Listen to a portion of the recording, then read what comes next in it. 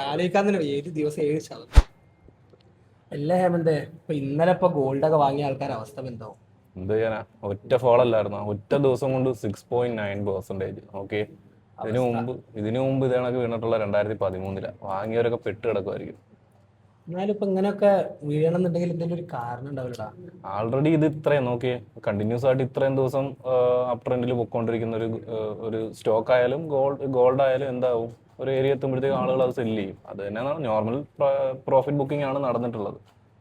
ഫോറക്സിൽ എന്താ ഹൗസേ, ഫോറക്സിൽ എന്താ അവസ്ഥ ഗോൾഡിന്റെ? എന്തോ പറയാനാടാ,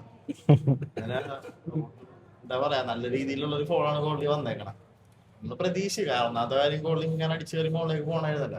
എന്തായാലും ഒരു കറക്ഷൻ പ്രതീക്ഷയും 4,200 4,300 നോക്കി വെച്ച ലെവൽ തന്നെയായിരുന്നു. പക്ഷെ ഇത്രയും വലിയൊരു ഫോള് ഒറ്റടിക്ക് വരുമെന്നൊന്നും പ്രതീക്ഷ ഒന്നും. ഇന്നലെ ഒരു സെല്ല് എടുത്തായിരുന്നു, അടിപൊളിയായിരുന്നില്ലേ? പിന്നെ സെറ്റായാലും ഇന്നത്തെ ഒരു ദിവസം ഞാൻ അതെല്ലാം ആലോചിക്കണത്, ബൈ എടുത്ത ആൾക്കാരുടെ അവസ്ഥയാണ്. കാലിക്കാൻ തന്നെ ഏത് ദിവസം 7%. അക്കൗണ്ടൊക്കെ പോയിട്ടുണ്ടാവും.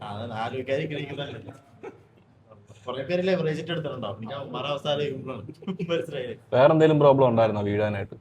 നമ്മളിപ്പോ ന്യൂസ് ഒക്കെ ഉണ്ടായിരുന്നു. ഇപ്പൊ ന്യൂസ് പറയാനാണെങ്കിൽ നമ്മുടെ USA ചൈന തമ്മിൽ മറ്റേ ട്രേഡ് വാർ ഒക്കെ ഉണ്ടായിരുന്നല്ലോ, ടാരിഫിന്റെ ഒക്കെ. കുറെ കാലമായിട്ട് ഉണ്ടാവും. ട്രംപ് കയറിയപ്പോ തൊട്ട് വല്ലാത്ത ശല്യമാണ് നടക്കുന്നത്.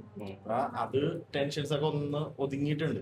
അങ്ങനെ ഒതുങ്ങിയപ്പോഴത്തേക്കും ഗോൾഡിൽ നിന്ന് മറ്റേ ഇൻസ്റ്റിറ്റ്യൂഷൻസും ഇൻവെസ്റ്റേഴ്സ് ഒക്കെ അവരുടെ ഫണ്ട് വിഡ്രോ ചെയ്തിട്ടുണ്ട്. മനസ്സിലായി. അപ്പൊ അങ്ങനെ ഫണ്ട് വിഡ്രോ ചെയ്തിട്ട് ഈ സ്റ്റോക്ക് മാർക്കറ്റിലേക്കും എസ്പെഷ്യലി ഡോളറിലേക്കൊക്കെ ഇൻവെസ്റ്റ്മെന്റ് തിരിച്ചു വന്നപ്പോ എന്ത് പറ്റി, ഗോൾഡ് ഇടിയാൻ തുടങ്ങി.